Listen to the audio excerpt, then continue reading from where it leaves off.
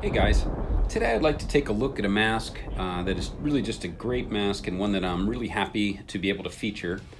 And that is the 1982 Don Post Yeti. Now this mask design, which as you can see is really fantastic. This is a design that was first seen in the 1977 Don Post Studios catalog.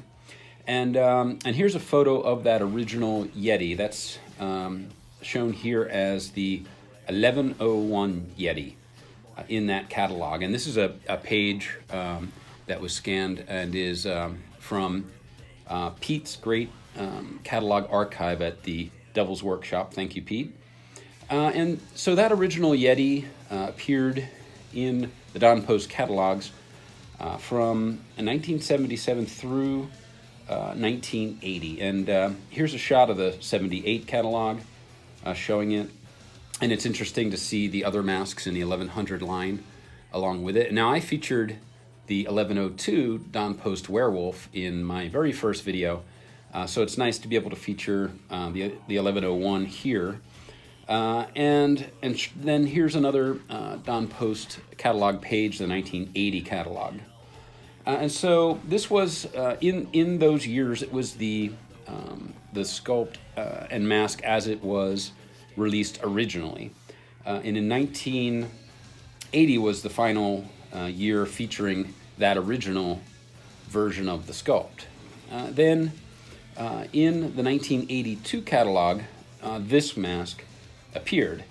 And so it wasn't available at all in the 1981 catalog, but it was reworked sculpt that was shown in the 1982 catalog. And here you can see that 1982 catalog showing the Yeti as 1101 Yeti, and then it says new in 1982. And then here is the 1983 catalog. That was the last year the Yeti was shown in the catalogs, and you can see that here. And so, as I mentioned, this is a variation on the original sculpt. Now, Rob Tharp on the Halloween Mask Association forums said a little bit about this mask, and what Rob said was that the original version, the first sculpt, was inspired by a character and costume from the original Star Trek series, and that character was the Mugato. That the Mugato is featured in an episode that was called A Private Little War. And now I'm going to show you a picture of the Mugato here. And as you can see, that I love the original Star Trek series, but the realism on this character wasn't exactly at the highest level. But you can see the inspiration for the Yeti is sort of drawn from that just a little bit. It has these horns across the top, more realistically sized. And it sort of was based on that, according to Rob Tharp. And he had mentioned that Bob Short sculpted the original version.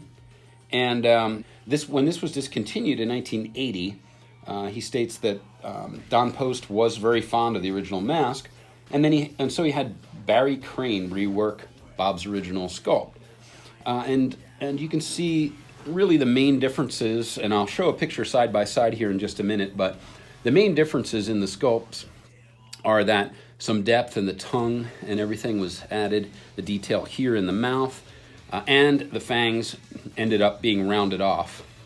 And Rob said he really doesn't know the reason for that. It could have been to make it easier to mold, or it could have just been a choice to round those over, or scrub the original sculpt to the point where they rounded over. But these actually have sort of become known as the rounded fang and the sharp fang versions. And I will show you side by side picture of both versions here. This is a picture from the Crimson Ghost pretty well-known collector who you may know. And I'll mention another little bit regarding some information that he gave me in just a minute. And now, so as I mentioned, this was first available, this version, in 1982, and it was available in 1982 and 1983. You can see that catalog photo here, and then that was the last time it was available. On the back here, it's hard to see, but it does say copyright 1981 Don Post Studios, and so it was reworked in 81 while it was basically not available in that year, but then available in 82. And this mask, this particular copy, as you can see, and as I will show you here, this is just about as mint as a copy could be from 1981. It is just completely soft as the day it was made, really. There's no condition issues with it whatsoever. Even as you can see, this hair is just virtually perfect. It looks just like the day it was made. And as I do like to have with as many masks as I can, I have the original tag on this one, and this one is kind of a little bit harder to find, this version of the tag. And so this is basically known as the care tag on the Don Post mask, of course.